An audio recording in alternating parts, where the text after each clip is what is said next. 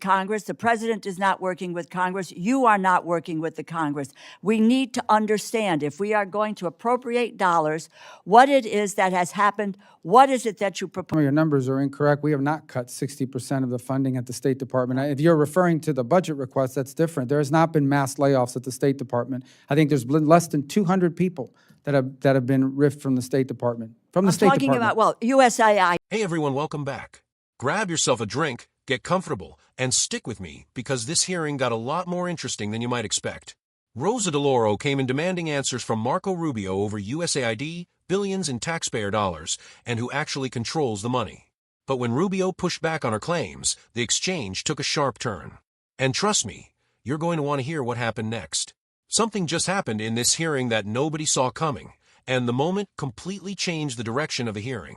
Before we break it all down, make sure you hit that like button, subscribe to the channel, and turn on notifications so you don't miss the next congressional showdown. Plan to spend your agency's remaining fiscal year 2025 money, if not as directed by the Congress? Well, I think the president through OMB is going to work with you and the Congress on how best to, reset the funding levels for the new year and how to move those funds. And we await OMB guidance in that regard.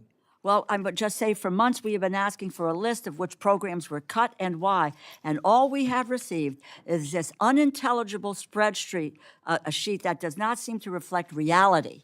We need clear answers on how you need to plan to spend this year's funding, and asking for a commitment that you let us know, because you have terminated programs, you have fired staff. What are you going to do with that money that was already appropriated? Well, again, we're waiting for OMB guidance, and obviously they'll reach out and work with Congress on these funds. OMB is not working with Congress. The president is not working with Congress. You are not working with the Congress.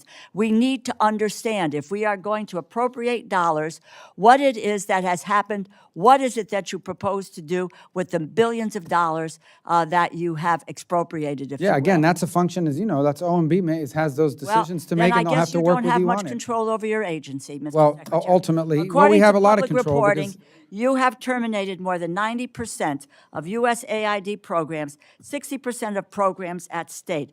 All are the firing of all our development experts in the next few weeks, and are preparing to fire hundreds more at the State Department. We need an accountability.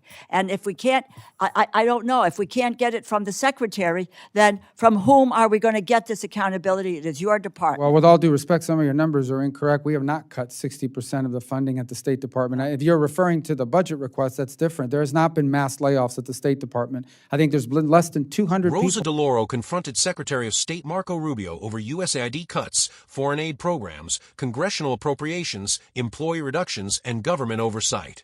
Rubio pushed back on several of DeLauro's claims and explained that the administration was awaiting guidance from OMB regarding the handling of remaining funds.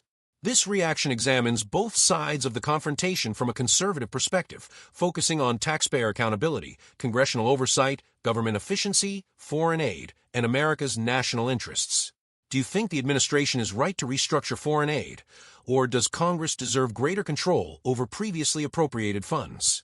Share your opinion in the comments. Less than 200 people that have been riffed from the State Department. I'm talking about, well, USAID. And well, that's a different one. Well, right. No, it's not a different issue. You now plan to take on, and the gentleman said you're going to scatter the remnants of USAID throughout the State Department. Who is going to make sure appropriated funds are spent properly? Well, they're not going to be scattered. They're actually going to be consolidated in a couple of funds that deliver, for example, International Humanitarian Assistance Fund. We'll also have an increase to the Emergency Refugee and Migration Assistance Fund. You mentioned previous secretaries who have moved in this direction, and I just want to say to you that they decided not to do it because it was ill-advised. 15% of the planned cuts, there's 15% planned cuts of state staff. Now, who is going to make sure that appropriated funds are spent properly if you have fired all the staff with experience overseeing the process? Will you personally be approving every expenditure? I know you have a lot of jobs already. No, we're not. First of all, we haven't fired any experienced staff other than the people that were riffed out of the two divisions in the department. But other than that, I said at the State Department, there's been only under 200 people have been removed. Some have retired and so forth, but that's normal in any cycle. We are also going to hire new people, Let me just including, say, as I've already. you have, well, my time is short, Mr. Secretary. so is mine, and that's why I want to tell you that well, we're my also time going is to bring in short people here. from USAID. My time is short. I reclaim my time. You've terminated key monitoring and evaluation programs. Allow us to account for the use of this funding. How does allowing the money to flow out the door while hamstringing your own ability to track that money make our government more efficient and prevent waste, fraud, and abuse? It's clear that from the administration and Musk that the process is ignorant of the purpose of foreign aid, utterly unprepared to manage their own dictates, taking a chainsaw to foreign aid with no concern for human lives or the broader consequences for our security, no plan for the future. I yield back. Thanks. Rosa DeLauro came into this hearing with a serious accusation. The administration had effectively dismantled much of USAID and was redirecting foreign aid responsibilities without giving Congress the answers it was demanding. From a conservative perspective, there is an important question underneath all of this. Who should control taxpayer money, and how much foreign aid should the American people continue funding?